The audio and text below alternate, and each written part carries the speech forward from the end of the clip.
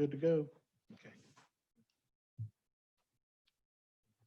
Welcome everyone to our Surry County Board of Commissioners meeting here on June the 15th, 2020. We appreciate those in attendance here and also at our service center where we can have an overflow. We appreciate y'all abiding by the blue lines that we've put out and social distancing. We thank you again and we're thankful that we're able to get here safely. And we hope that we can accomplish the things that are needed this night. Again, thank you.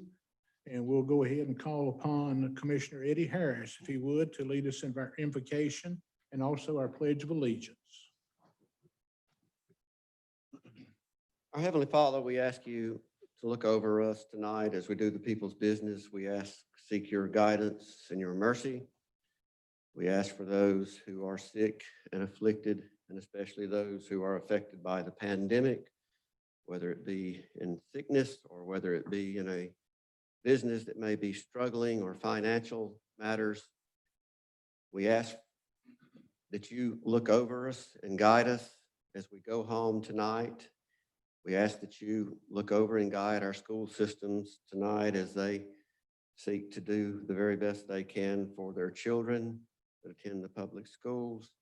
We ask you to look over our state government, and especially, dear Lord, we ask you to watch over our President, Donald J. Trump, as he does the very best that he can in guiding the nation during these turbulent times when there is so much violence and looting and a pandemic raging across the nation. We asked all of these things, Lord, and we deserve none of them, but we'll ask them anyway, dear Lord, and we seek your mercy as always in Jesus Christ. Amen. Amen. I pledge allegiance to the flag of the United States of America and to the republic for which it stands, one nation, under God, indivisible, with liberty and justice for all.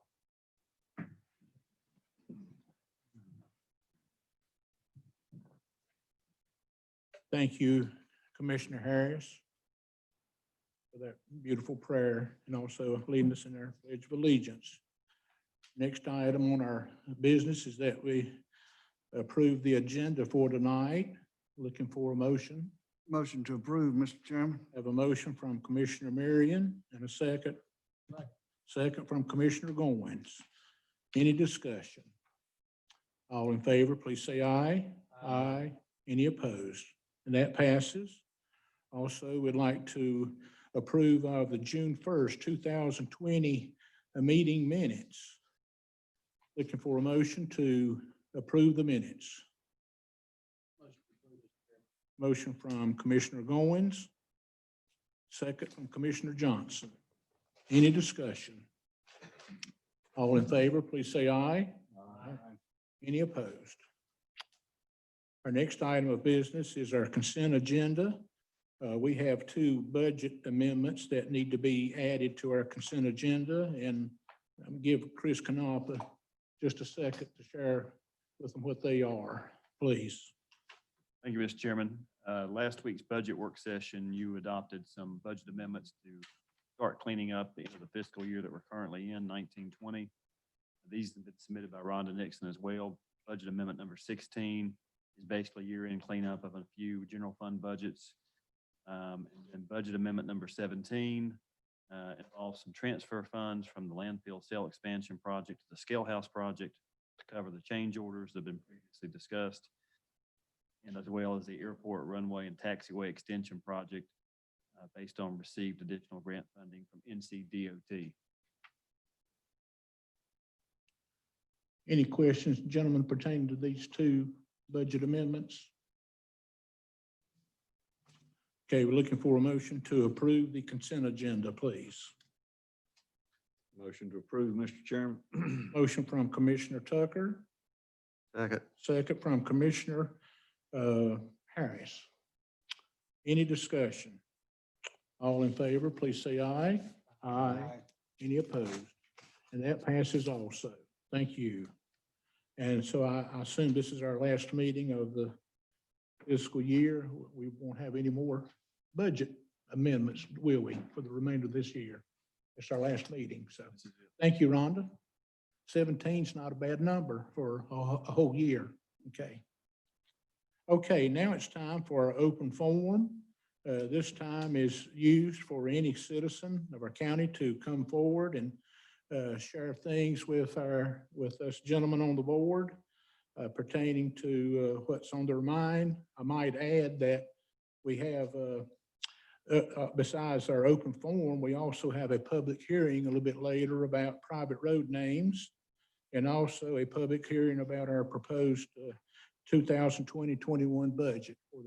So we use our time wisely, and I think we'll go to the service center first, let those there speak, and then those here in this room will speak afterwards. So we'll go ahead, and the forum is open, and it looks like we already have somebody in their place. So ma'am, you go right ahead. We need your name and telephone number, please. Yes, sir. You saw us last time. We're back. I'm Pamela Bledsoe, 787 Galax Trail, 336-401-2350, with the same complaints we've had against our neighbor, Miss Crystal Ritter, and we're still requesting assistance from you guys. We've spoken with every one of you. And last meeting, we had some more people outside that wanted to speak, but because of the restrictions on attendance, they were not able to get in. And last time, I think I forgot to mention that we've had several letters since January from our neighbors, friends, and relatives who have visited us and realize the situation we're in and how horrendous it is.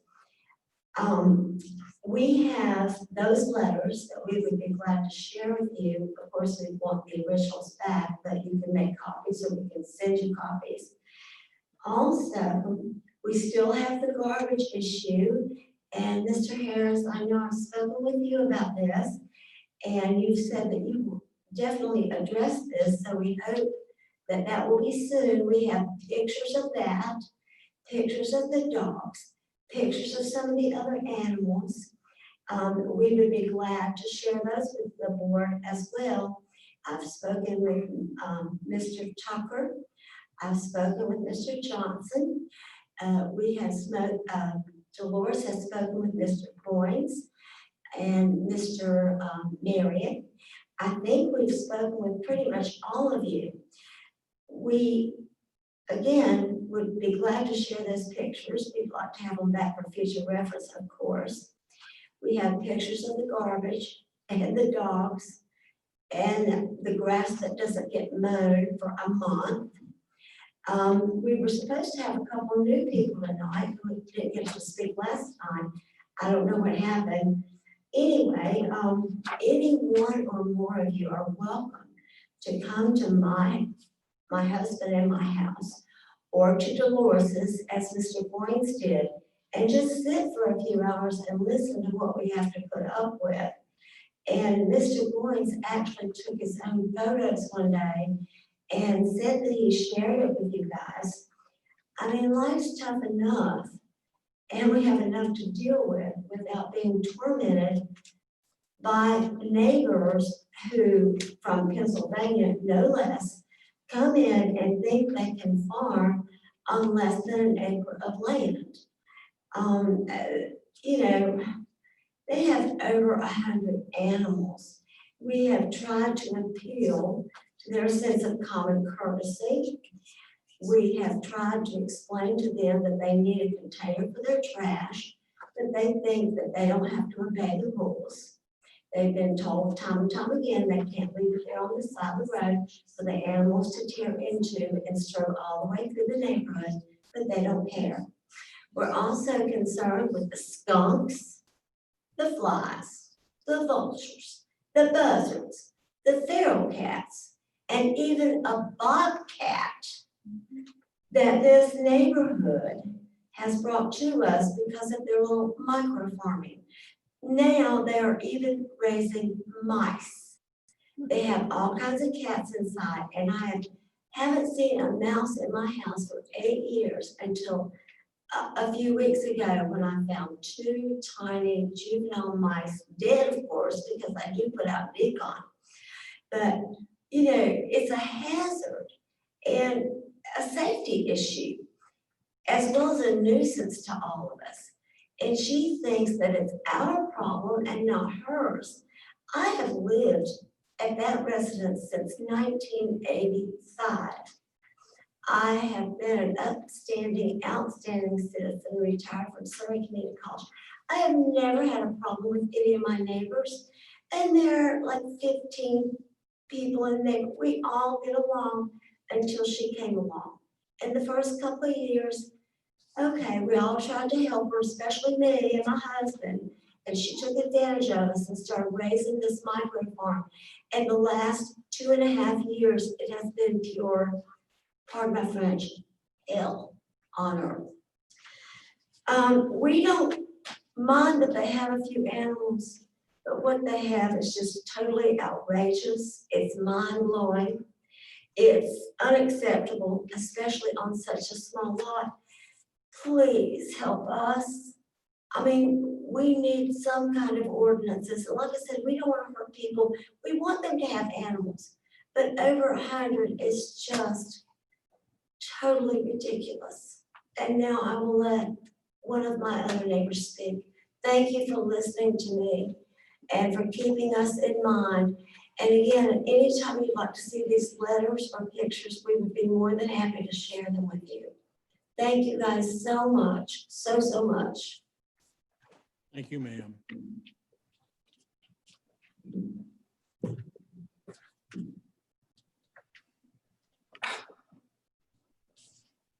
Name and telephone number, please.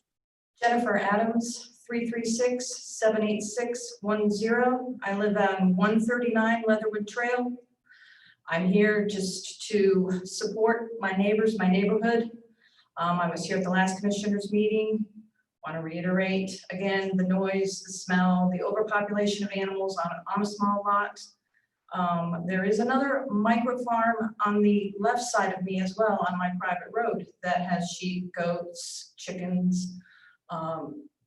So it is an issue. The amount of animals on small lots, noise, smell, also the trash. The trash is a constant issue. It blows all over the place. It blows down to Pro Health Center and stays there. So again, I'm just, I'm asking for your help. You're more than welcome to call me and come out and see what we have to deal with, but it would be nice if we can get something done. Thank you. Thank you, ma'am.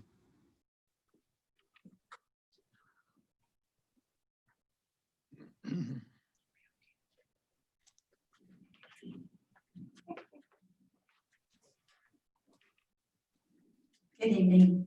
Good evening. Dolores Taylor, and I live at 127 Alton Lane.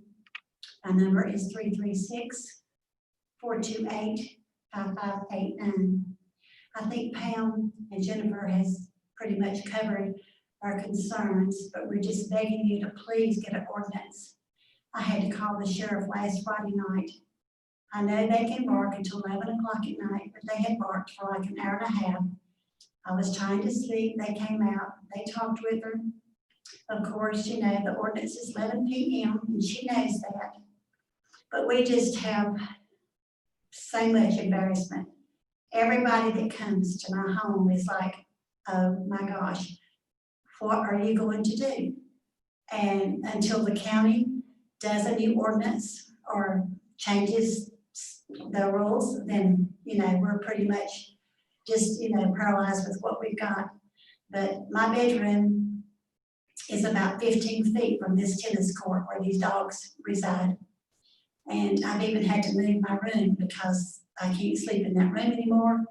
I know it's a trivial thing to some people, but to me, it's really a problem to have to redo your life because of this lady and all these animals that she's brought in there on this private drive. I read it's a private drive. We have 3 homes on there. It's always been so peaceful and quiet. It's out of we don't pay city tax. We feel like we're in the city, but we're in the county. And it's just been a beautiful, wonderful place to reside. But now it's just a total disaster. And I've got a folder of pictures that I would just love for you to see. I know words, you can hear this over and over, but until you see this tennis court and this mess that's right in our door, then you can appreciate, what we're trying to explain. Like they said, you're welcome to come out. And we were here last month, and we intend to come every month until we see some results from this. So we appreciate your time. Thank you so much. Thank you, ma'am.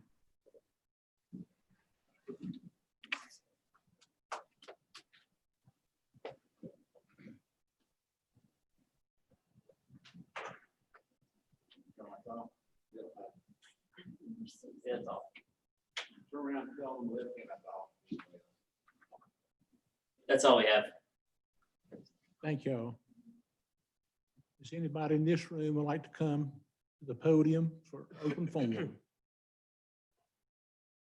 Come on up, Jonathan. Good evening, Commissioners.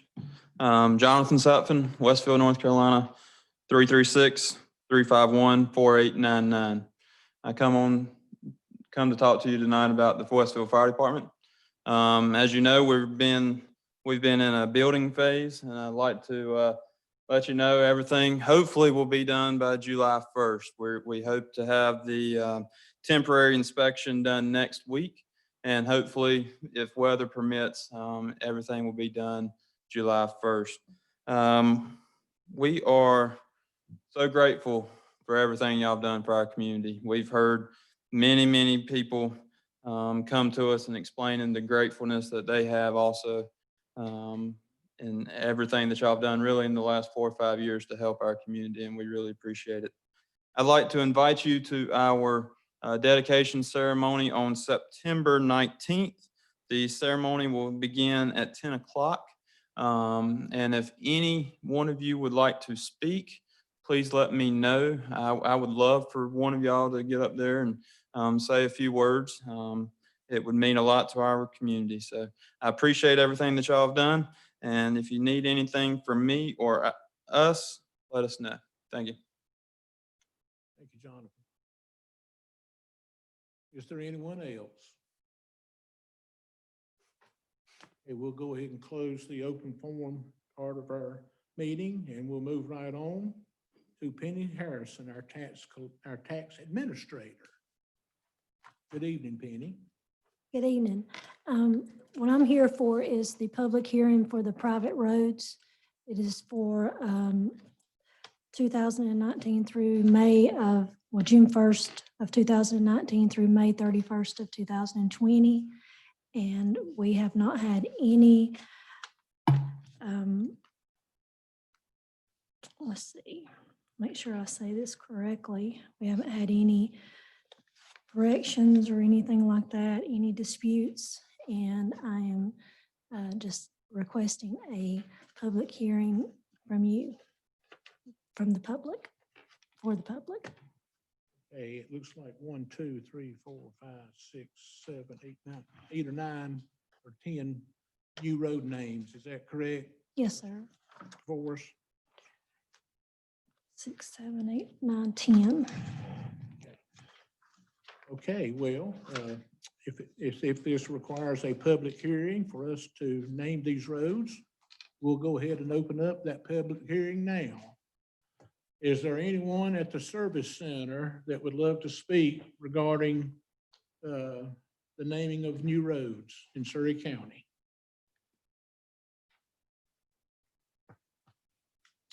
Is there anyone here in this room that would like to address to the commissioners about the naming of roads? It appears that there's none, so we'll go ahead and close this public hearing. Any? Okay, I just need a motion. Okay. I think for the publics, if they don't have this, we have Branson Trail, Copper Trail, Tom Collins Lane, Love Farm, Hazel May Trail, Marvin's Farm Way, Bale Harvey Trail, Shrum Farm Lane, Truitt's Trail, and Roosevelt Lane. And these are in Mount Airy and Elkin and Pilot Mountain and Ararat and State Road, it looks like. Yes, County. we have posted this in the tax department, Okay, and we've also advertised it twice in the Mount Airy News. okay, so we've done our due diligence, Yes, sir. okay? Well, gentlemen, we have these naming of new roads, private roads for us, before us, and it'll take action. So we're looking for action of the private road names for this year. Looking for a motion, please. Motion to adopt names. Have a motion from Commissioner Marion. And a second from Commissioner Goins. Is there any discussion pertaining to the new road names? I have a question, Mr. Chairman. Yes, sir. Penny, these names, they're going to be given these names that we have before us. They have not officially had a road name prior to this. Is that That is correct. that's correct? Okay, and just so everybody knows, I mean, this is the first time that I knew about these names and I'm not interested in naming roads. I'm just curious, how they get their name? We have a petition that we send to the citizen, and they can talk to the people on the road. We send it out to those people, and if they all agree, then they can, like if they all accept that name, then we can assign if it has not been chosen. If it's been chosen, then we have to, try again. But that's normally how it's done. If someone objected that lived on that road, you'd have to go to another name, Right, even if it was one. that's correct. Yeah. Yeah, they all have to agree. Mr. Chairman, I have a question, comment. These are not broken out by DOT roads and private roads. These are 911 address roads. Is that correct? That's correct. So most of these I'm thinking on this list are not DOT state maintained roads. Private roads. They are private roads, which typically involves one property owner.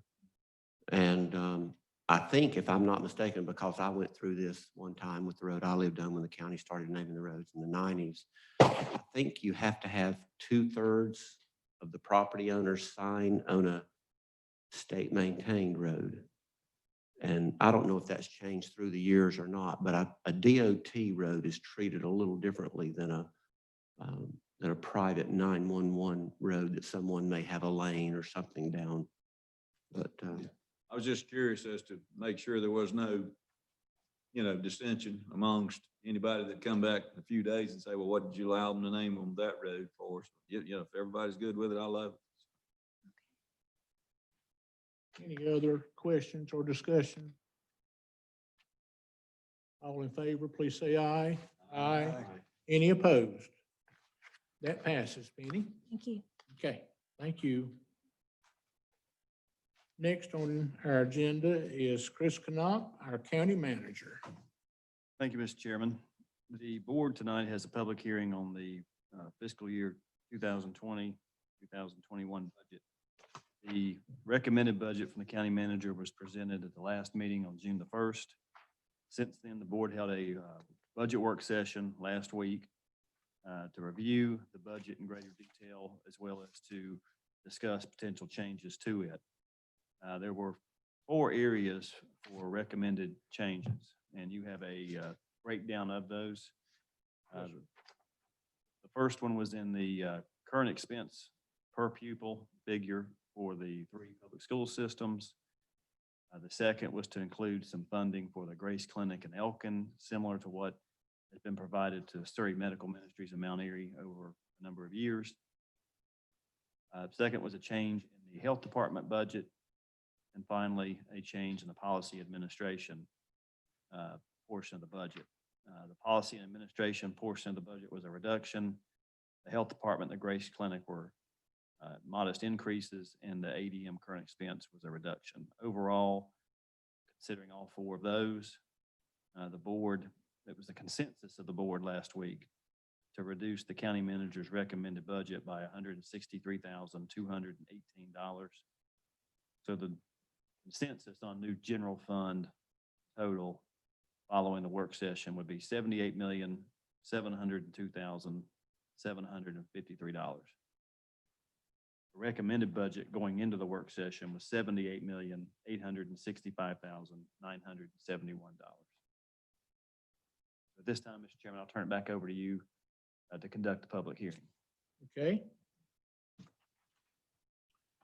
At this time, we will open up the public hearing or to discuss any concerns and questions pertaining to the upcoming 2020-21 Surry County budget. And is there anyone at the service center? I don't have a picture, so there's not. Okay, we'll open up the floor here for those that are present to come forward and speak with the gentleman on the board. And the public hearing is now open. Dr. Cox. Thank you again for this opportunity to speak to you about the 2021 budget for our school system. On behalf of the Elkin City Schools Board of Education, I submitted a letter to you earlier in the day, which detailed some concerns that we have. The letter primarily captured the additional costs associated with keeping our returning staff and students safe and healthy in the fall of the year. As you know, we're required to develop 3 reopening plans for the Department of Public Instruction, one with minimal social distancing, one with moderate social distancing, and the third one for complete remote instruction. Regardless of the plan implemented, there will be a complex number of issues to address, ranging from the simple things like signage, face coverings, not so simple, thermometers, not so simple when you can't find them to buy, hand sanitizer, cleaning equipment, solution, PPE for those handling students and maybe even staff who are isolated during the day because of a fever. Possibly we will continue the service of meal deliveries. And also we need functioning devices, software, and hotspots for internet connectivity. And I foresee that we will move in and out of these 3 plans throughout the year based on the governor's health metrics. Even the slightest reduction in funding next year will make a significant impact. As you are well aware, our budgets will be cut at the state and federal level. We are expecting a shortfall. When there was a thought that the Board of Education might keep us at last year's per pupil allotment of $12.10, I was really satisfied. However, in a recent news article, I read that there is a possibility that you will reduce us by $20 and come in at $11.90 per pupil. That's a 3% cut for us, a 3% cut for Elkin City Schools. At 1,200 students and only 3 schools, you may not think that sounds like much of a big deal, but it is for us because we're small. Even $20,000 or close to it, that's our 3% cut in per pupil ADM, it will hurt in a time when so many extra expenditures will be necessary, especially in the areas of technology, maintenance, and custodial supplies. Our local fund balance will suffer when our financial needs are not met. Cuts across the board always trickle down to local fund balance, as you know. I represent one of 3 superintendents and one of 3 boards of educations in Surry County. Mount Airy City Schools and Surry County Schools will experience greater losses and more financial concerns because of their size. I realize that every department under your purview has been cut, no doubt. The school system budget consists of two big domains, the per pupil allotment for current expense and the per pupil for capital projects. Thank you for funding, at least that's what I think how you will vote tonight. Thank you for funding the per pupil allotment for capital projects at the 1920 rate of $150 per student. And understandably, our requests for special projects were carefully selected, but were reduced by approximately half of those requested. That, for example, could again compromise our local fund balance if we have a need in special projects that was not funded by the Board of Commissioners. Dr. Morrison and Dr. Reeves will share more specific data points with you tonight, but that are relative to all three schools. I again thank you for the opportunity to speak on behalf of Elkin City Schools and just to express to you that as one of the three superintendents in Surry County, we appreciate what you do, the hard work that you put into developing a budget based on Mr. Knopf's recommendations, but it is you who really wind down to the bottom line and fund what you know is affordable. We just ask in this uncertain time going forward with the pandemic on our hands, the cases rising, us really not knowing what the future looks like for the state of our schools, we would ask that you not cut us and fund us at last year's rate of $12.10 per pupil. Thank you.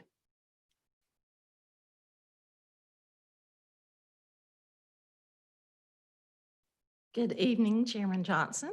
Thank you guys for letting me speak to you all as well. I will follow up with Dr. Cox. We always work as a team between the three school districts because we all are in the same county and we all have the same goal, which is to educate all the children of Surry County.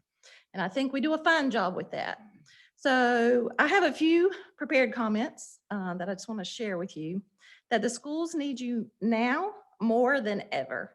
It has been very difficult 3 months.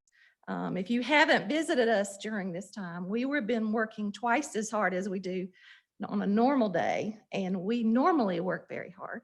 So in the county, we have taught every child through remote learning, new online platforms, Zoom meetings, and recorded videos, of which we never expected to do on March 14th. By March 17th, we were doing that. And we were doing it well. And every week we got better at that. All three school districts pulled the weight of our communities on the shoulders of the school districts. Our staff has done an amazing job. And just in Mount Airy City, we served over 160,000 meals, 6,000 backpacks. Think about that. How many meals we did that we were not preparing to do.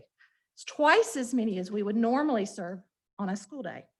We normally serve around 1,100 meals. We were serving 2,400 meals a day.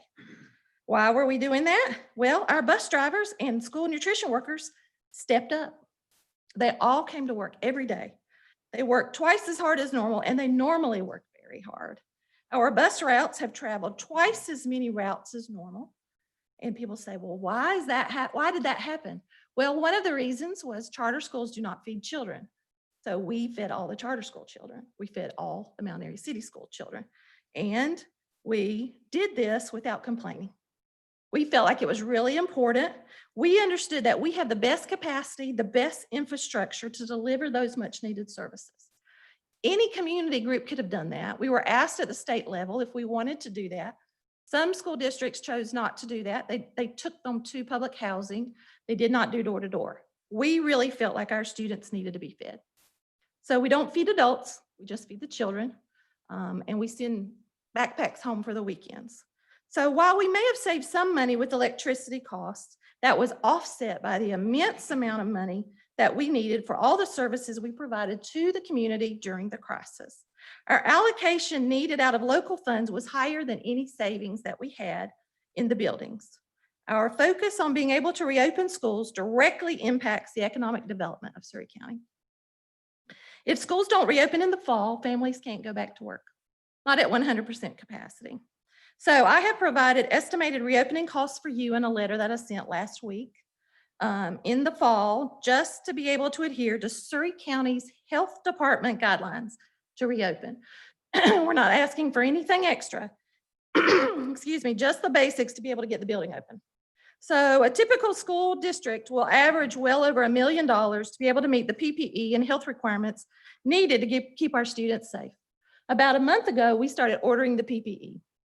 Just to order some hand sanitizers and some of the backpack sprayers that we now have in, and all of the masks that we have in, all of those things are well over $20,000 just for some of the very basics to get in.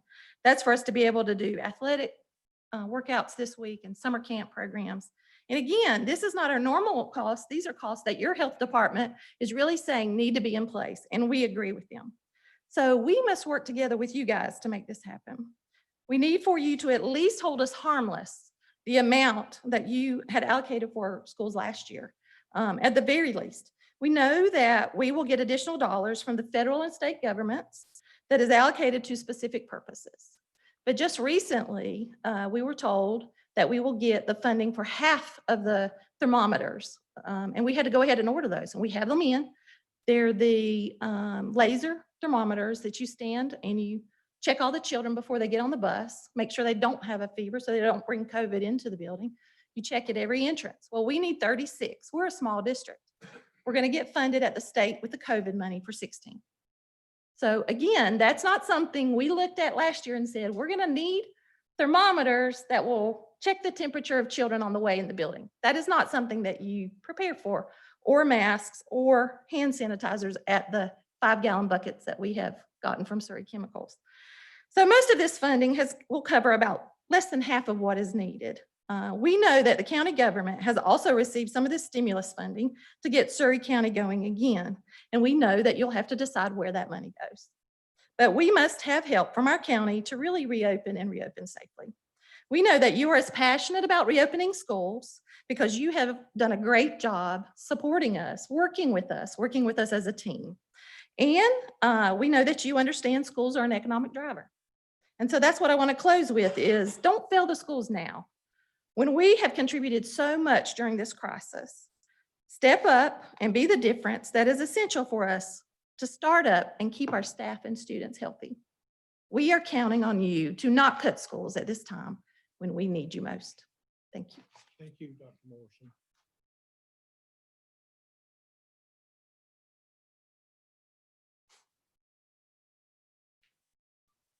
Dr. Reeves? Good evening.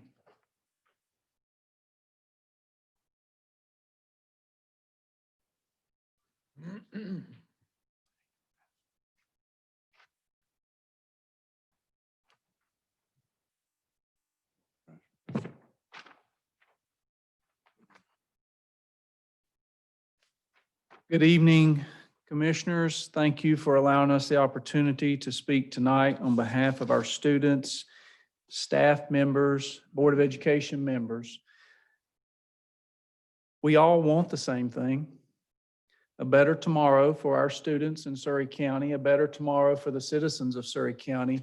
And I want to thank my colleagues before me that have so eloquently kind of outlined some of the challenges we're facing in our schools.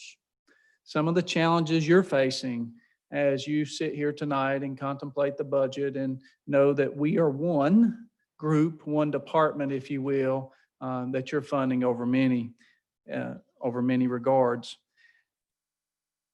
Educating our students is, I believe, one of the most important goals that any county, any state, any country could have, because we're trying to help our young people understand and see the future, trying to help them set goals, trying to help them reach a better tomorrow through an education, through opportunities. And in tonight's meeting and in this budget hearing, I'm standing here on behalf of the students of Surry County Schools and on behalf of our employees. Just want to share the facts with you based on the budget numbers that have been presented. And I'm asking you to reconsider from your budget work session that you had last week. As a school system in Surry County, we have around 1,000 employees.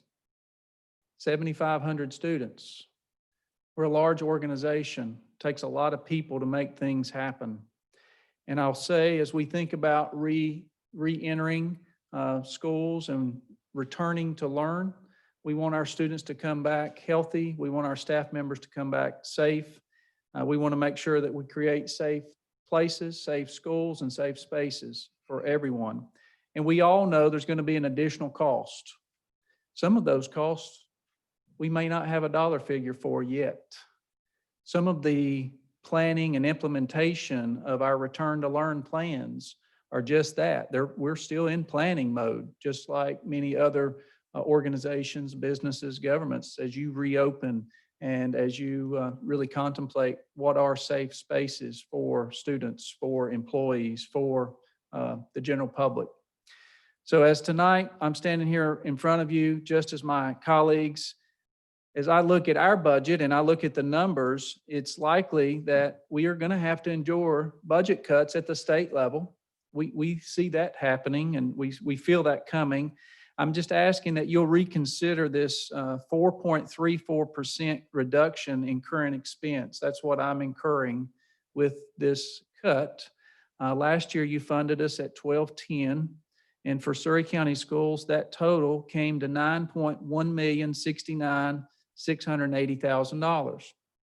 So at $11.90, that's $8,771,490. And I'm on the second page on that spreadsheet. So when I look at this cut from $12.10 to $11.90 for Surry County Schools alone, that's a 4.34% cut to our current expense budget, and that equals $398,000. That's significant to our budget. When I think about and look at the reduction to special capital projects, last year we were funded right at $871,000 for special capital projects. In this year's recommended budget, I think you are at a little over $500,000 for a reduction of $553,880 for another reduction of $303,000. Our total cuts equal $780,000 that's being recommended in the budget. I just wanted to put those numbers in front of you. And for a school system with 1,000 employees, with 7,500 students, $780,000 and $897, $780,897 is a big cut for us. We know that expenses have been reduced in some areas during the last 2 to 3 months due to buildings not being fully operational and schools not operating on a regular schedule. As my colleagues have stated, we have incurred other costs that we did not anticipate after March 14th. And we know some of those costs have increased. For example, the cost of our child nutrition workers as frontline employees. We felt it necessary for 2 months to pay those employees time and a half. We felt it necessary to make sure they were compensated, to make sure they would serve those meals. And I'm really proud of our employees stepping up and meeting the needs of our community in such a broad, expansive way. And I think a way that all Surry County citizens can be proud. During this time period, our child nutrition department has served 522,000 meals. It's a big number to all 4 corners of the county. And just as Dr. Morrison pointed out, we had students coming that weren't our students coming through our meal lines because they were hungry. And we saw that as a need and saw that as something that we should do. So we've had additional costs during this time period, and I know you know that. But I just want to reiterate that for Surry County Schools, we're looking at $780,000 in cuts. And for us, that's significant, and 4.34% in our current expense and 35% in our special appropriation. So I just want to bring that to your attention, as I know you have to make some tough decisions. And I know that You're looking at your revenues, and I know that you're looking at some things that you don't have answers to as well. But as I stand here before you, the Board of Education, Surry County Board of Education, and I stand committed to work with you for a better tomorrow, a better Surry County, a better future for our students, because we believe education is an economic driver, has already been pointed out.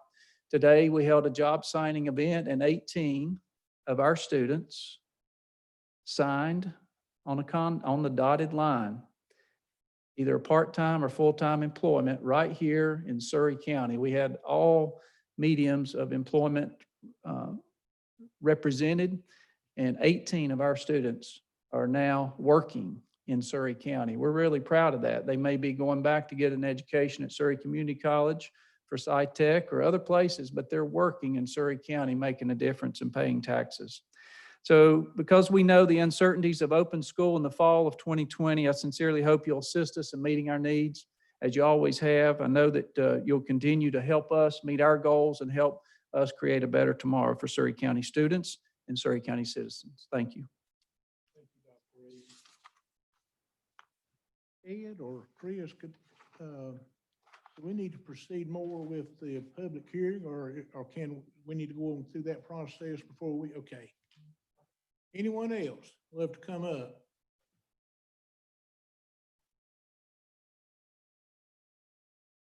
Okay, given that opportunity, we'll go ahead and declare that this public hearing on our upcoming county budget be closed at this time. So now we're able to ask questions or discuss things pertaining to the budget. Yes, you can do it now. You can do it later in the meeting. It's completely your discretion. Okay, well, I don't feel like we need to delay. I have all three of you, you're close by. You might, I have a question or two. All three of you spoke of how much you've done these last 3 months feeding the kids. And I commend you all for going way over what was expected of you and your willingness to do so. I also understand that, tell me if I'm wrong, that you were able to be compensated for the meals, and also those that participated might even been paid time and a half. Am I correct? Or tell me if I'm wrong. A portion of that just came out of our local budget. A portion came out of the local budget. Okay. Was that a large amount or? A certain percentage. That's- Like for us, it would have been 20,000, so it'll be a lot more. Okay. Also, I think all of you spoke that you still got choices to make of how what the upcoming school year is going to look like. And so it appears that we all have choices to make, that we have a uncharted territory, but I feel like I'm just going to speak on a personal note myself as one commissioner that has one vote. I would like to say to you, 3 school superintendents and board members that are present, that just a little earlier in the meeting, we passed a couple of budget amendments that occurs often with us during our fiscal calendar, budget calendar. I have seen it up to 40 some budget amendments in a year's time. I would say to you that I feel that we are in uncharted territory. We don't know. We have no idea. All we know is what we've been advised of what might happen. We feel like that we need to be good stewards of the monies. I'm willing to I'm always going to have an open mind. My ears will be open. My mind will be open to, as we go, we can make adjustments. That's how I personally feel. I feel like the commissioners that we, last week, we discussed and we decided, we had we were not unanimous, but we come to a compromise, and so we can move on. I feel I feel good about the compromise. I know it's going to affect you 3% or 4% or such as that, what you say. In our figures, the way it looks, you know, is a couple $100,000 less than what we would have gave you on the 1210. And so my eyes will be open, my ears will be open, and you have my number. I know where y'all at. We can communicate as we go and make changes as we go if necessary, or adjustments or amendments or whatever. So I wanted to share with you my feelings, and any other gentleman on the board would like to, as far as pertaining to anything about the budget, the floor is open to you this time. Chairman, I agree with you on, I think right now you don't know what it's gonna cost. You really don't. And I'm like Mr. Johnson, I would have open mind.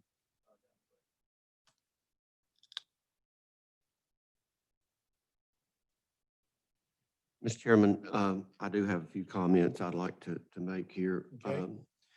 I have a question, actually. The monies that are used in the food and nutrition portion of the deliveries, if you will, for lack of a better term, are you statutorily able to use some of those monies for operating expenses, whether it be in the classroom or what have you, in a local school system?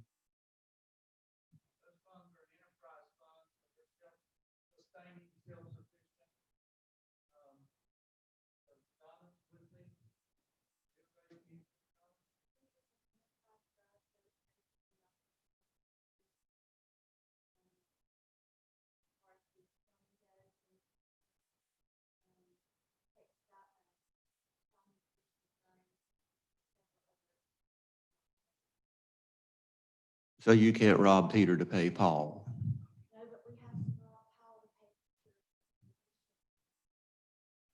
Yeah. I guess my concern here is, and you know, you know, everybody can, pardon me? We want, Yeah. we want to see the whole you.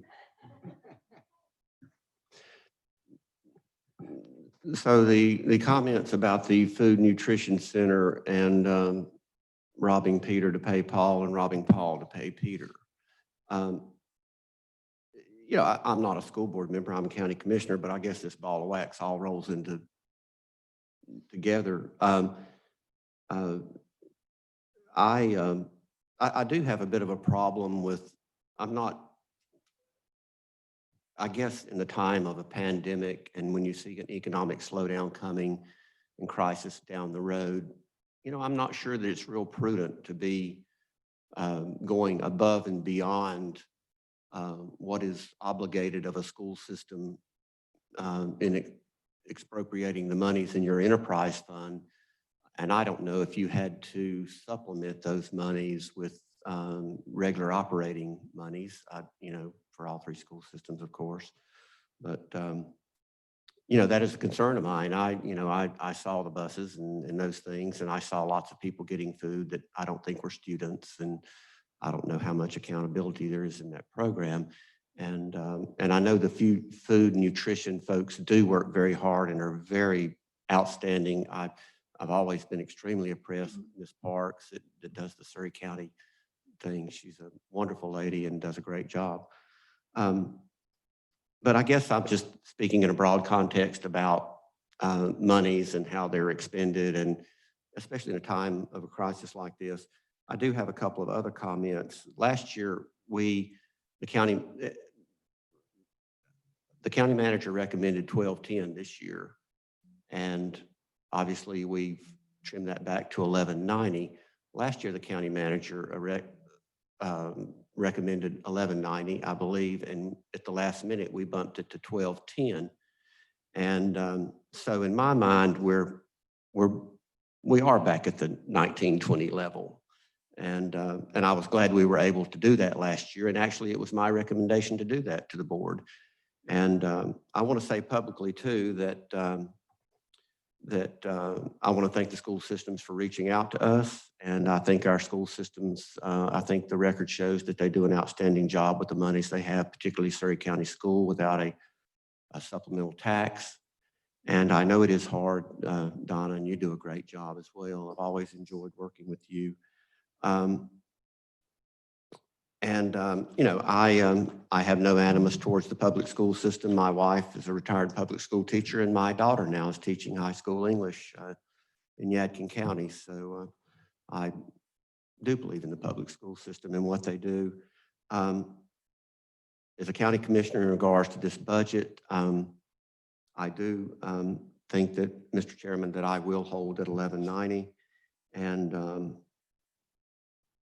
I know there has been a drop in enrollment. That is concerning to me as a county commissioner for what the future portends in that continued drop, because the state dollars are big, and the county dollars are quite small.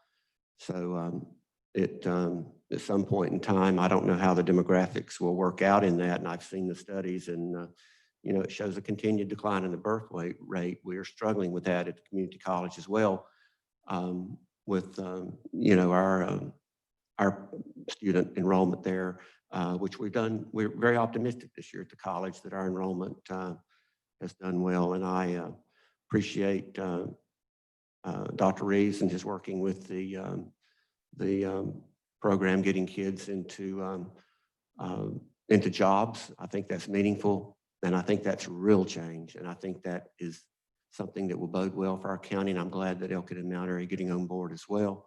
I think it's a good program, and I compliment Ms.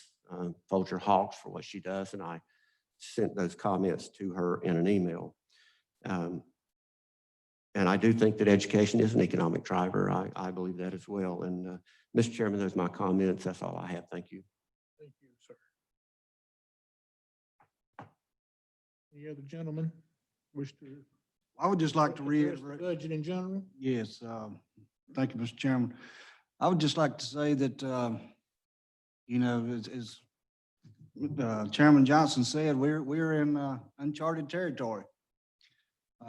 Last year was my first budget, which went pretty well. But this is my second budget, and when it was brought before us that we had to let 15 people go, you know, I didn't sign up to destroy somebody's livelihood. I signed up to help the citizens of Surry County. This is tough. This is not a piece of cake, making these decisions. And I lost some sleep over it. And, you know, it's been tough all the way around. And, you know, the schools have never, you know, I've been around the school system pretty good while, and been involved with coaching and being with the kids. You know, our schools are not going to do without. And I think these 5 gentlemen will see to that. And in the future, if we find funds that we don't know that's coming in, and I do believe we will look after the schools. But when it comes down to the nitty gritty that we have to make these decisions,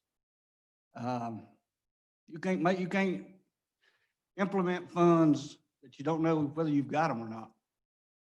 So we had to make the tough decisions to cut almost every department and special interest groups. It's been a tough year for everyone. So I just want to say, if we find some extra funds coming in, I'm sure all of us going to keep our eyes and ears open and put it in the best place we see fit. So thank you. Anyone else? Commissioner Tucker? Thank you, Mr. Chairman. I'd just like to say that I appreciate everyone's work on behalf of this budget. It has been a tough one. I think this is my 5th one. I did not, I can't remember one that I have not enjoyed more than I did not enjoy this one. We do have a serious crisis. It's a crisis of pandemic. It's a potential crisis of financial hardship, if not failure. We cannot see around the corner just yet. It is our job as a board to look after the well-being of all of Surry County and all of its various departments, including all of our wonderful 3 school systems.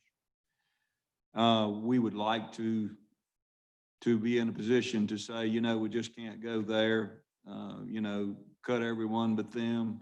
Unfortunately, we couldn't do that. We didn't feel like we could do that.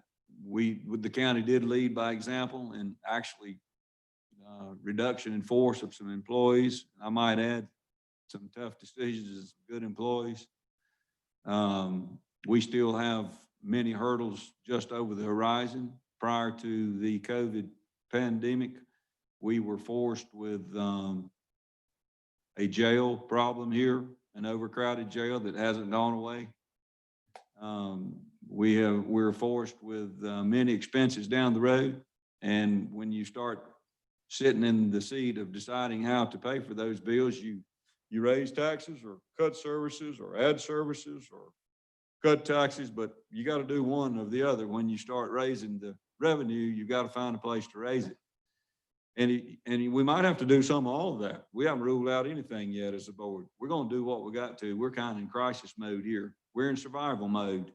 You know, if we had a crystal ball and we could see down the road, we might very well say, well, you know, maybe everybody gets a cut, but maybe not the schools. And I will say, you know, some of this school cut was not just our recommendation. We didn't, you know, your job is to look at your enrollment and see what your total numbers are and to come up with your bottom line. And I totally understand that, but we're certainly not in charge of your declining enrollment that has been present since the years I've been on the board. The general trend is a declining enrollment of students that signs up for public education. And I think it's probably the demographics. I think it's probably the birth rate. I think it's probably attributable to a lot of things.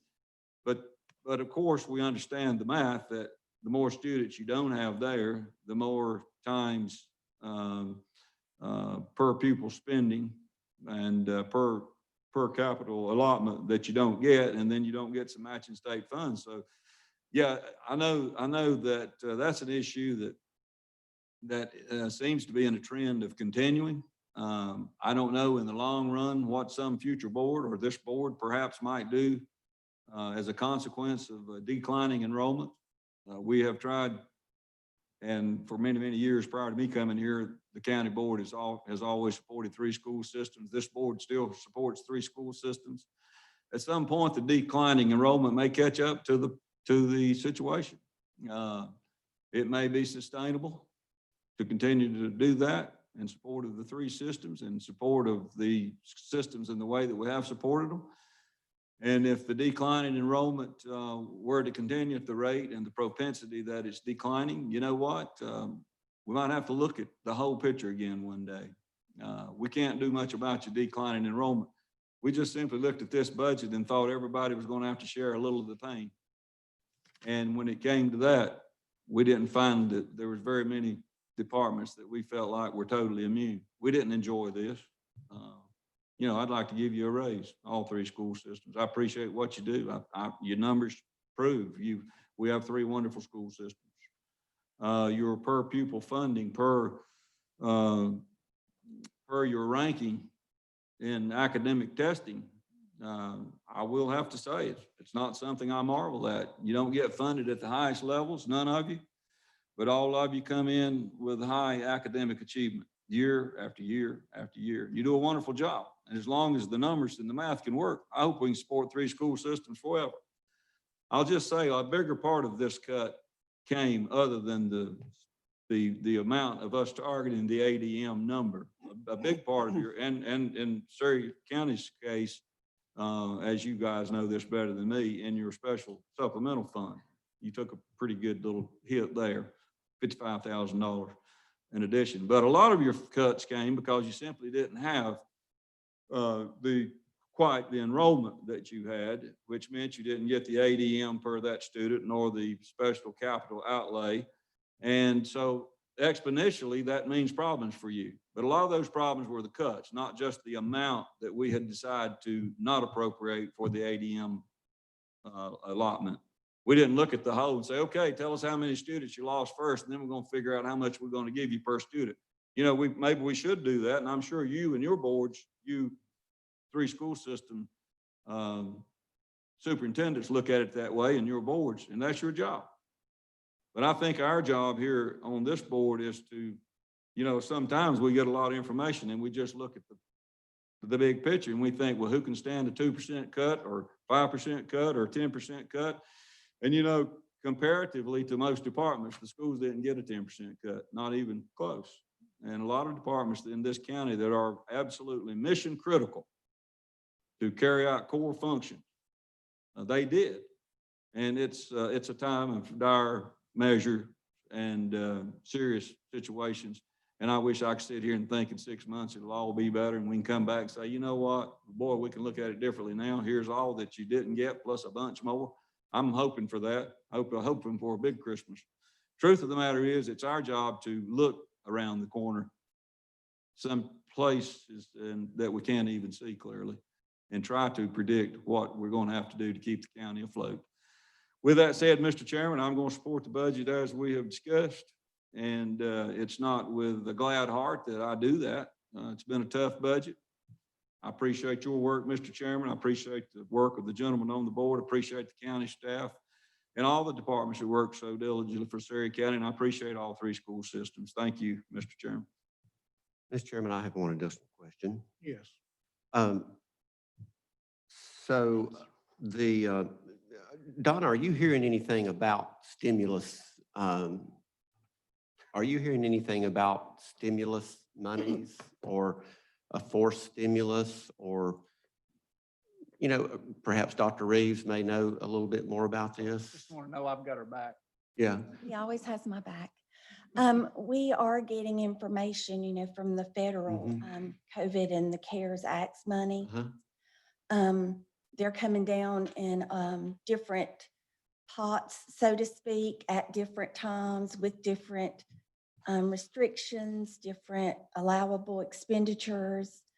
Some of them are going to be application processes. It's just a lot going on in that area right now. I remember during the financial panic, when I first became a missioner, there were, under President Obama, there were quite a bit of funds coming down to the state, and I forget there was a name for them, but I don't remember it. To the top and Yeah. ARA funds. Right, yeah. And obviously those have dried up. Dr. Reeves, you're down 207 students, is that correct? Yep. Where are those students? Is it showing up in kindergarten or in a variety of grades, or where is that showing up? Yeah, it's showing up in our elementary schools primarily. We're getting some kids back in middle and high school, I think because of the programming that we have. I think extracurriculars, people like the work that we're doing around STEM education. I think people understand the College and Career Promise initiative that all three school systems offer and other opportunities. I think there are more and more options for parents. More and more options, virtual charter schools, homeschools. Homeschooling has increased significantly in Surry County. I know Mount Airy has had a homeschool initiative to bring back homeschool students. We've started a homeschool initiative. Elkin has started a homeschool initiative. These declines are not just in Surry County. I know 85 out of 115 school systems saw declining enrollment. And so the vouchers, the opportunity scholarships, those are opening wide open for parents and private schools to be able to take those opportunity scholarships and apply them toward an education at $4,200 for tuition. So you see the increase in private schools popping up. You see the increase in homeschools popping up. You see the increase in charter schools popping up. And so you take all three of those, and then you mentioned the declining birth rates. And I think you kind of put all that together, and that's the mixture and really the things that we're dealing with. I know school systems, we're trying to be very, I think, innovative, creative in being able to pivot at this time. We've just started our own virtual school. We've had a virtual academy at the high school, but now we're going to start a separate virtual school, grades 3 through 12. And we're totally marketing that toward our homeschool population. We're also, in the back of our mind, we're concerned about COVID-19, knowing that we are going to have some parents that may not want to come back to a face-to-face environment. And I know Mr. Goins had one of those that emailed him directly not too long ago. So all of that is happening in the world of choice. And we feel like we provide great choices for students and families, flexibility, and the ability to kind of tailor your own education to your individual needs, not just a cookie cutter approach. We've been working on that. All three school systems have been working on that through the years. And we think that's real important. So I can't put one finger on it. I think it's multiple indicators, multiple factors. And I question now with COVID-19 and the things happening in the country, if people will choose rural America, rural North Carolina as a place they want to move to. If you really think about out of urban into suburban or into rural areas. So will we see a population increase? I'm not sure. Well,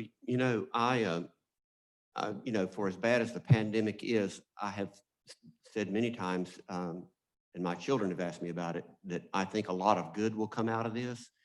Some of it will be in the healthcare sector. I think we'll be more ready for a global situation like this more than ever. But I also think that the victims in this will be globalism, and I'm all supportive of that. I think globalism has been a failure for our country, our working men and women.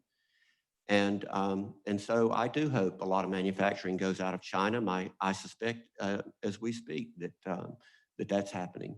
And I hope that, and I think, as you said correctly, and I believe this, that the big cities are going to be the big losers.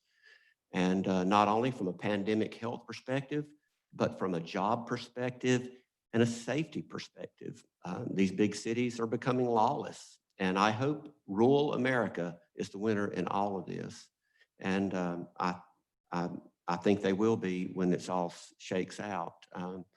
But thank you very much for answering my questions. I appreciate it. Thank you. You're certainly welcome. Commissioner Johnson, if I may, I would just want to answer one question you asked initially about those relief monies. I just kind of want to set the record straight, and I'll go back to child nutrition. We did receive relief money from the governor of North Carolina to help offset some of those additional payroll costs, but that was a conscious decision our Board of Education made to use that money to pay our child nutrition workers. We could have also used that money to purchase more technology.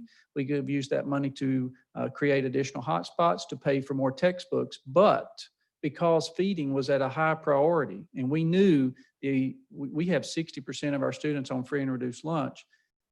And we also knew that there was a large population of our child nutrition employees that are over 65. So they are frontline employees who were working to make that happen. Our Board of Education felt like that was the right thing to do. So out of the money we did receive, I know well over 2/3 of that went toward those 2 months. And that's why our numbers stayed steady. That's why our employment rate stayed steady with that group of employees, but those monies couldn't be used on some other things. And so they weren't there to backfill any cuts or other pieces that we may feel. So I just want to put that out there. Our board made a conscious decision and actually did that before we ever knew we were getting those relief monies, because they felt it was the right thing to do for our employees. Now, we did get the relief monies and we're able to backfill where we knew we were going to have to take it, but it could have been local that we had to make that payment. But it was the right way, it's the right thing to do for our employees. So those are the kind of decisions that we're going to have to make, just like you're having to make. And we've been cutting, we cut 15 positions last year, we cut 15 the year before. So we've been in the mode of reducing positions and reducing when we had to. We've had to do that. And the three of us are passionate about what we do because we know the importance. And that's why we're here tonight, is sincerely to advocate for our students, our teachers, our employees, just as you would if you were in our shoes. So thank you for listening and thank you for the work you do. Gentlemen, any other concerns, comments about the overall budget, proposed budget for the next fiscal year? If none, I would entertain a motion that we've already been, we go along with the recommended county county manager's budget presented to us with the exception of 2 reductions and 2 increases that were so noted earlier in the meeting. So we'll include those 2 reductions and 2 increases and that it be part of the recommended budget to us. So Mr. Chairman, could you read those publicly for the record? yes, I will one more time. Last week, us 5 gentlemen, we addressed the school ADM current expense. The county manager recommended 1210, and we, through some discussion and compromise, came up with a figure of 1190. And I assume that still stands. I haven't heard any different. Grace Clinic wanted a $30,000 contribution. They're in Elkin, a medical clinic. In the past, we have contributed to all that have asked, food banks, Salvation Armies, and Red Crosses, and everybody. We funded 0 to Grace Clinic last year, so we doubled up. Instead of 3,000 a year, we give them 6,000 to take care of the 0 that we give them from the year before. The health department pertains to half of an employee's pay that we feel, and the other half will come from the health department fund balance that was needed for environmental services. And also the policy and administration as a reduction of $11,110. Commissioner Harris. Thank you. So I'm looking for action, gentlemen. Looking for action to pass the recommended budget for 2020, 2021. Mr. Chairman, I'll make that motion that this board consider passing the budget of the recommended budget of the county finance persons and our county manager, and with the exceptions that you called out there and read aloud that was changed and augmented last Tuesday night, I'll make the motion that we pass that budget as you have presented. I have a motion from Commissioner Tucker. Mr. Chairman, I'll second that. I have a second from Commissioner Harris. Any discussion or questions? I would like to add that the total budget amount is $78,702,753. I just want to mention a couple of things. The motion would include the $3 rate increase for the household availability fee for the landfill. It will include a 7% rate increase for the Flat Rock Bannertown Water and Sewer District. It will also include new fee schedules for EMS, fire marshal, and hazmat. And it also includes about a 10% decrease for about all departments and all outside agencies. Definitely outside agencies and departments fluctuate anywhere from slight increases to But, the biggest one was about 30% decrease. okay, but all departments were affected. None excluded. Is that correct? That's correct. When you take into account some of the reduction in force. Right. Any other comments or questions, gentlemen? All in favor, please say aye. Aye. Is there any opposed? County manager, our budget passes unanimously for the current year. And we turn the time back over to you.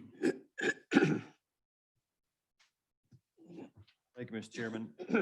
Next item is to revisit an item that was brought to you originally from our former facilities director, Don Mitchell, regarding the 2 properties on Raleigh Avenue and Mount Airy. Last time you took this matter up, the board did surplus those properties, make them eligible to be placed on the market for sale. With one caveat, the board wanted a an appraisal performed, which, as you can see in your packet, Mr. Mitchell had performed. I believe it was Commissioner Harris specifically wanted to see the overall value and also wanted to see a breakdown of the individual properties and what their values would be. And I'll ask Ed to add any comments here. That's been accomplished, I believe, on March 18th. Don emailed that out to the board, but as a group, you haven't discussed it. Next step would be to place it on the market, and what manner you want to place it on the market, if you're satisfied with the appraisal. I, for one, am satisfied with a very thorough appraisal. Very thorough. I guess we paid a very thorough price to also to have it appraised. But it's good information to know. I have two questions that Mike could answer is, I'm not in the real estate business. I would like to know, out of all of those pages, in general, maybe from Ed or our county manager, what kind of value or in general we're looking at. I do understand that we need to market both the building and the parking lot together. Is that correct? Yes, that's what we believe would be best. Okay. I'd like to know a general fair market value that we might enter as. And as far as how to go about doing it, I have mixed emotions about if we take care of it ourselves. We have an interim facilities manager right now, possibly could be very well overwhelmed with this, showing it and such as that. It might be in our best interest. I'm just asking the question. It could be in our best interest to maybe let a real estate agent handle it. So those that's gone through the process before or have questions about it, that would be mine. I'm a little mixed on who's to handle it, how we're supposed to handle it. So, gentlemen, any comments? I do agree that we did surplus it. That was the right thing to do, and that we need to sell it and get it back on the tax books.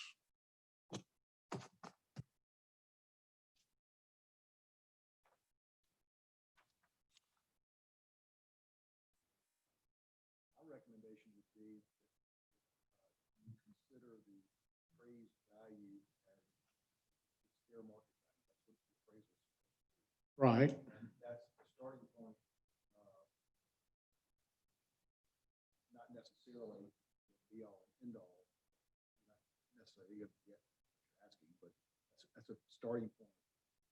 And if you decide to list it as opposed to owner sell, send out a proposal, various filters to see what you Does anybody, Ed or Chris, or anybody, without looking through all these, I didn't bring all the pages with me. What was the fair market value that was appraised?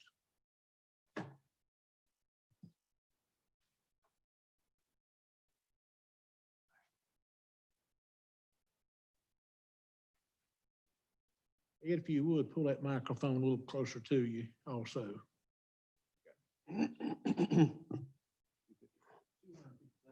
$250,000 is the appraised value. As is? That's all, the whole shooting match. Okay. Well, personally, as a representative of Mount Airy District, I feel that's very appropriate for that area, for that building location. And the age of it. Age, I think it's 1953, I believe. I myself used to go to Dr. Britt there in that office for quite some time. Gentlemen, I've spoken about it. Does anybody have any thoughts about the 250 value, 250,000 value, and how to handle it, how to sell it? We go through, let Jessica handle it, or do we need to go ahead and turn it over to the realtors? Well, we've had it for some time. I think we certainly ought to take, I'm agreeing with you, Mr. Chairman. That's a fancy appraisal, and I bet you it cost a fancy price. And if we went to that much trouble to get an appraisal, I think we would be foolish not to, pay attention to it. And so if he thinks it's worth about $250,000, I think that's what we're supposed to think it's worth, or thereabouts. I would suggest we move forward with the selling process, and, you know, I'm not opposed to if we fail, turning it over to, a request, from realtors about, who would be interested in selling it for us. But I think what's the realty rate now is probably about 8% or 10%, 8 or 10%. Six. Well, I was thinking, I think I might have overpaid. I think I paid about 8, but anyway, you know, before we spend an automatic 6%, whatever it is, I suggest that we put a for sale sign on it and call it $250,000 and see if that attracts any attention. We can always come back in a meeting or two, and if we have gone without failure, like we do with some of our projects, then we go to the next route. And if we have attracted some attention, we'll consider any serious bid. And we got signage, and we can have people put up signage, and I'd say put up a sign on it for sale, but Surry County.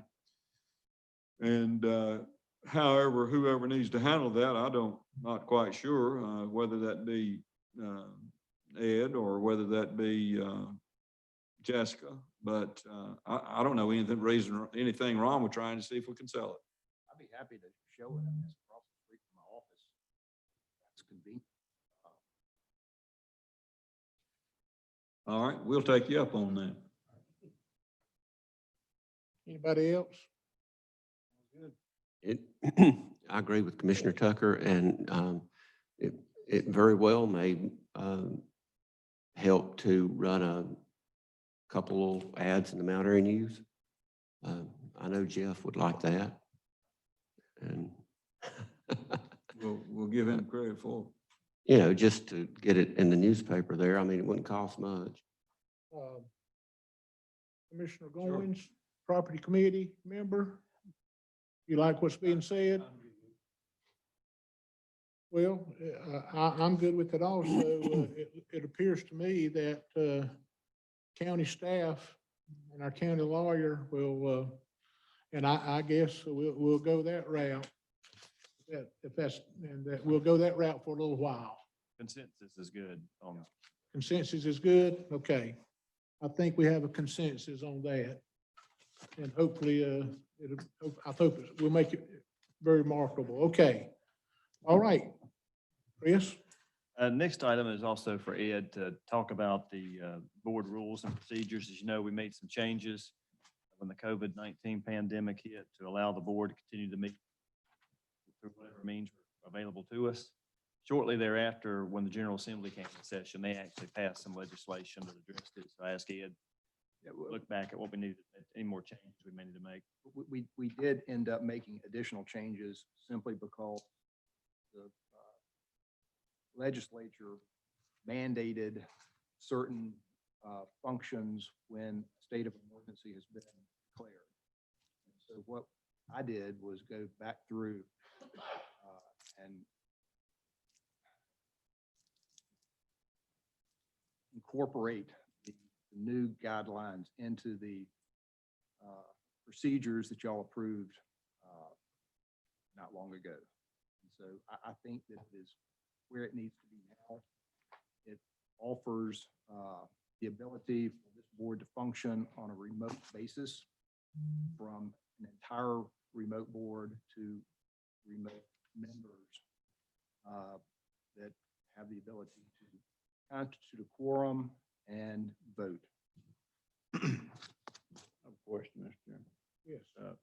Ed, you foresee this to be in alignment with, as long as we're under an emergency declaration from the state? Do you see this to be a change that COVID-19 certainly will change some things permanently? Will this be a permanent change? What do you think? No, I think that the part that we just incorporated is only going to be in connection with the state of emergency. What we passed before allows the flexibility to operate remotely, but the state of emergency guidelines are just more specific. So I think that typically this board will have a little more flexibility when it's not in a state of emergency. And that's what the original policy was directed. So you feel like a year from now, if we're past COVID, we could have a virtual meeting and a quorum could be achieved by virtual meeting? Interesting. You're going to need to continue to make the proceeding available through social media or platform so that you have immediate contact, that they can hear you and see you, or not necessarily see, but at least hear you and have direct input.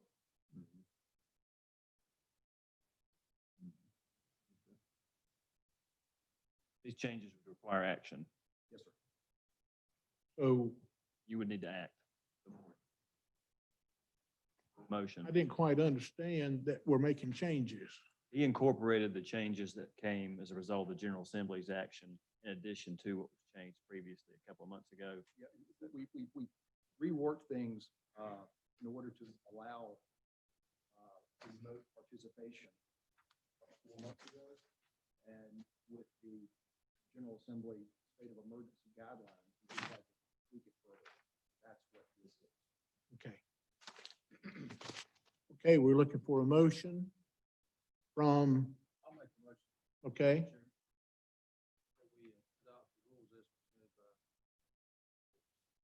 I have a motion from Commissioner Goins that we adopt the new rules of procedure for changes. Second from Commissioner Marion. Any discussion, questions? All those in favor, please say aye. Aye. Any opposed? And that passes. I have one item I need to add on. I need the board to consider amending my agenda so that I can provide some follow-up on the coronavirus relief funds that we discussed last month. Looking for a motion to amend the agenda. Motion from Commissioner Goins. Second from Commissioner Tucker. All in favor, please say aye. Aye. Go ahead, Chris. I put an update at each of your spots. You remember looking at this a month ago. Yes, sir. First thing I'll just mention is that all 4 of the municipalities have adopted the interlocal agreement. As of the end of last week, all but Elkin had received their funds. That's just because Elkin held a meeting last week and adopted it last week. Primary change I want to point out is under the public health emergency management category, the top of page 1. The NC Pro office, which is the pandemic response office that's been set up in the last couple of months, has been coming out with guidance almost a weekly basis. And sometimes the guidance you get this week is different than the previous week. And that's just a result of them trying to fine tune the program on the run, on the fly, so to speak.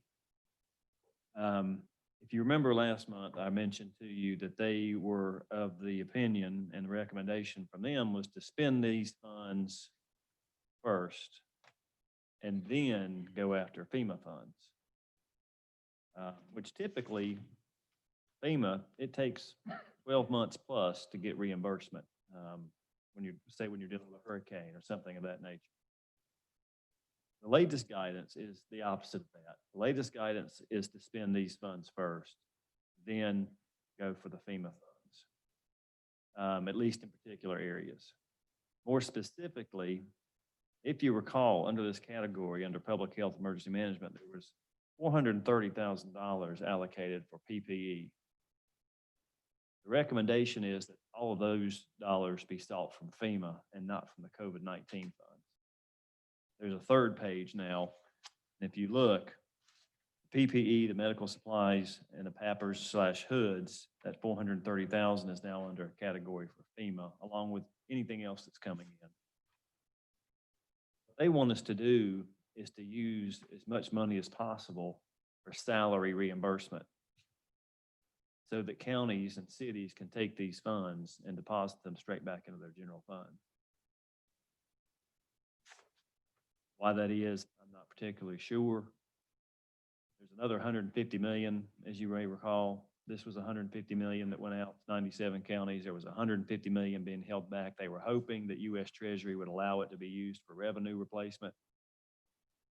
That's still out there. It may be that they don't anticipate that happening, and this is one way of getting some revenue replacement into your general fund. But it's not a lot of money. The cleanest, easiest way to do it is for the county commissioners to reimburse themselves for public safety salaries. Specifically and the municipalities on the law enforcement side, because there's no other COVID-19 relief funds coming in. There's no other pots of money. For instance, there are other pots of money coming into public health and emergency management, and you can't double dip. So you have the potential for errors there. But on the law enforcement side, we don't have that problem. So we sat down last week and discussed what our options would be there. And the cleanest, easiest way to do this would just be reimburse ourselves for law enforcement costs. This 430,000 would also be open to the municipality, so it would be a second pot. And recommendation would be to break it up by population. So And that is FEMA. That's the FEMA. this is the CARES Act. Oh, this is the CARES. Passed through the state, This came from the federal government, but it's not FEMA. right? We would use FEMA for what was $430,000 before. That was for the PPE, medical supplies, PAPRs, hoods. So basically, you'll just be reimbursing yourself. And I believe when we talked, Sandy, that you can just nod that this won't even be a full month's payroll in that area. So, I mean, when you put it in perspective, it'll be less than 1 month's payroll, but, just going on their guidance. And we believe this will be their final guidance on this matter. This is how they would recommend we use these funds. So you're saying 430,000 will be divided amongst all law enforcement in Surry County? Well, it'll go to the local governments who pay those That's what I salaries. mean. I mean, Yeah, it won't go to them to spend on other items. It will go to reimburse you for paying their salaries. And it's a little unusual. You're gonna pay their salaries anyway, but that's their recommendation. but there's no, I mean, that's what it's to go for, period. That's what we're gonna choose to reimburse ourselves for. We could use anything public safety related or public health. Okay. But emergency management, which is public safety, and public health, they have other pots of money they've been receiving, COVID-19 relief funds. We don't want it, and you can't double dip. So the cleanest way to do it is for us to apply it towards law enforcement salaries that have already been paid. I have a question for you. Not only do we have volunteers that go out and are faced with this, and they're having to purchase and use things. Is there a pot of money somewhere that they could be reimbursed? On that second back side of the first page are the funds that you had already endorsed for those areas. Nursing Okay. homes and vulnerable population, there's $52,950 there. 32,000? Those two with the nursing homes, it's 52,000. Oh, counting the nursing Yeah, home. if you want to put more money in that area, you can. That's at your discretion. We'll probably have to be advised, somebody that knows where it's to go, population wise, and who's spending what, but how does that work? Somebody needs to submit. I've had Just for example, Chris, we have a couple of volunteer fire departments here tonight. And they have their first responders, they have their, such as that, how would that, I mean, they have to apply, or how would that work? Well, within these funds for the counties, municipalities, there are pots of money for nonprofits that they can apply for on their own that are part of the CARES Act money, but they would have to get in touch with the state to see what they're eligible for, if anything. Okay. And that I'm just not up to speed on that because I'm, just not involved in that area. But you're saying here, we have a little vulnerable population amount that could possibly be used. Yeah, that's going to be for any shortfalls in food delivery, say for any of the say, the vulnerable population that say social services tracks, maybe organizations do Meals on Wheels, and then the homeless population too. Those funds we had talked about holding on to until the fall, Okay. because it seems to get worse as the weather gets colder. And these funds are going to be eligible to be spent between now and December 30th. The other thing to keep in mind too, these are the CARES Act funds. So if we have any costs that are above and beyond what's listed here, those will be passed on to FEMA. Okay. Well, I'm gonna go back to, I'll have to be somewhat advised who thinks what needs to go where, you know, like certain percentages here or there and all the different ways. But if it's up to us county commissioners to, I think if we're well informed, we'll make the right decision. And this is, I guess it's subject to audit. Is this subject to audit? I mean, It is, they're subject to two forms of audit depending on the total expenditure. I believe if it's $131,000 or less, it's through the state.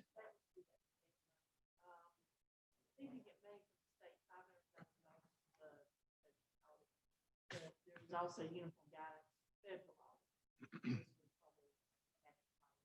As of now, you're talking about changing that for the legislature.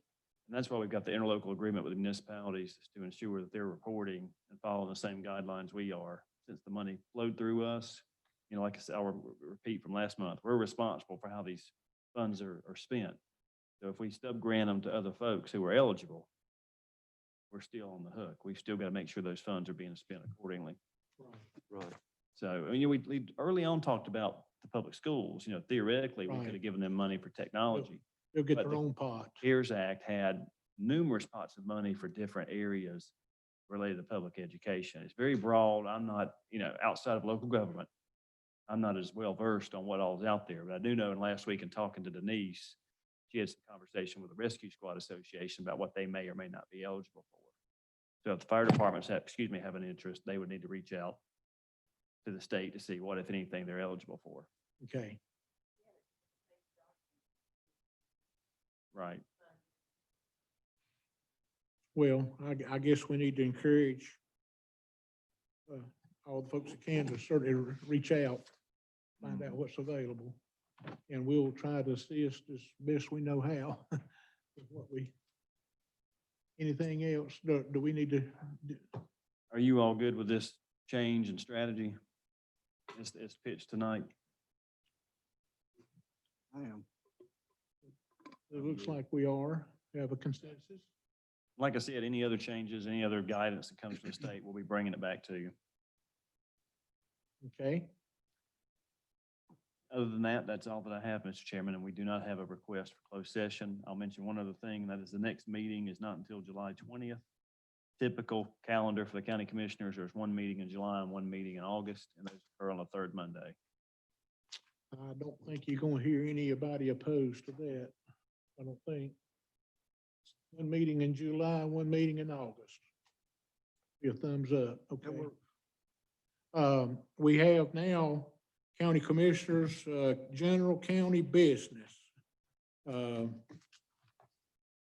I'll go ahead and ask Commissioner Goins if he would. Commissioner Goins, can we do some more homework on those neighborhood Galax Trail? I don't know what else we can do. But can we exhaust what efforts legal with our county attorney, with their animal control, sheriff's department, our environmental services, our the garbage or whatever, all that they are concerned with. I think those of us that have visited that area, I think we feel for them. We feel for them, and I do feel. so would you head that up, please? And I'll try to assist if you ask me to, whatever I could do, but I'm going to delegate that to you, and you'll head it up and work with all those and communicate possibly with some of those neighbors. I think you already know them all. You probably got their telephone numbers and everything. So, we want to follow up with that. Is there anything else, gentlemen? Mr. Chairman, I have a question on that same topic. Okay, And this is to the county manager, well, maybe the county attorney, I'm not sure. The, obviously, we abolished the ETJ at Mount Airy's request. Would we have been able to, or the city of Mount Airy, I guess, would they have been able to mitigate this situation under the old ETJ? yes. They would have. You know, it's a, I understand the folks coming in here, and there were a few of them. Well, I mean, just a few, and they were very vocal, and we all know who they were. But, you know, they were loudly screaming for the abolition of the ETJ. Well, you know, there is a downside to that. You live in an area that is not quite rural, and it's not quite city. And it's kind of, you know, in the twilight zone. So when you abolish the ETJ, there is a downside to that. You can get a situation like this that can make people's lives absolutely miserable. And so I know Elkin hasn't done it yet, have they? No. And Pilot hasn't. Well, somebody's No. asking Pilot to do it, but they're Pilot's they're not not gonna moving in do it. that direction. They're not Yeah. moving. Well, and Mount Airy did it, you know, and I wasn't, you know, I was kind of ambiguous on the whole subject, but that's a huge argument for not abolishing the ETJ. Thank you, Mr. Chairman. I'm finished. Mhm. I was gonna ask you a question, Mr. Yes, Along those lines, on the issue discussed there concerning the animal nuisance or alleged nuisance. You know, and I just want to say to your comments, Commissioner Harris, you know, if we approach this thing, Bill, as a county ordinance proposal, you know, it's opening up a Pandora's box. I feel badly for these people as well. And I wanted to say, I don't know, I just wanted to ask a question. You know, if I came into your office and said, Ed, I got these people, I can't even sleep in my bedroom, they're making so much noise and so much foul odor, is that a nuisance lawsuit that's winnable? That's a nuisance lawsuit that probably could be won on a private basis. Mhm.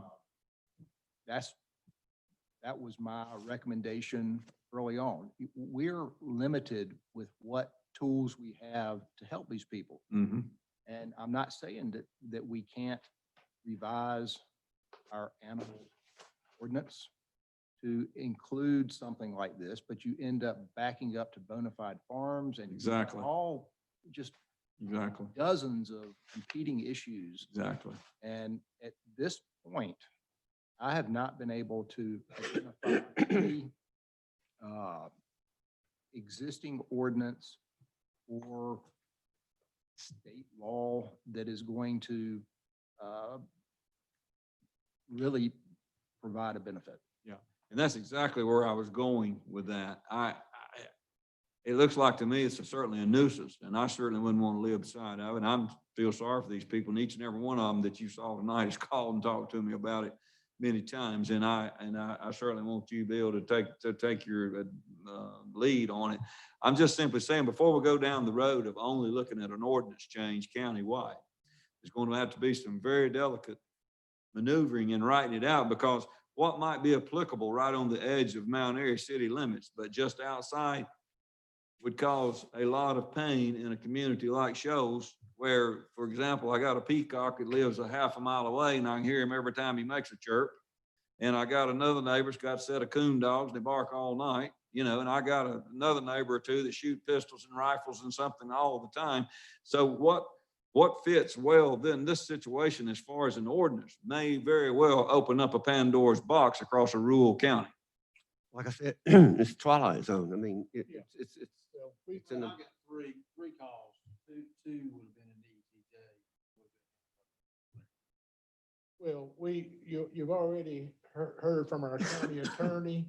What one suggestion would be is just let these citizens know that we're aware, and that might be the only recourse as we find out, but just give it, if we've gone through everything as thorough as we can, that's the recourse that we need to share it with them, you know, whatever you feel like. If you'll just take the lead and Yeah. come back and,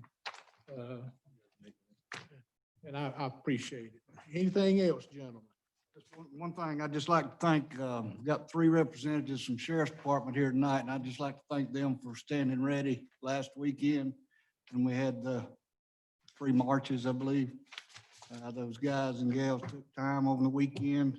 They staged and was ready for any action that might have been needed. So I just want to thank y'all for giving up your time and serving the county. Thank you. Anybody else? Looking for a motion to adjourn. Motion from Commissioner Goins. Second from Commissioner Marion. All in favor, please say aye. Aye. That passes. I need to share one thing with y'all too. Yeah. Something real simple.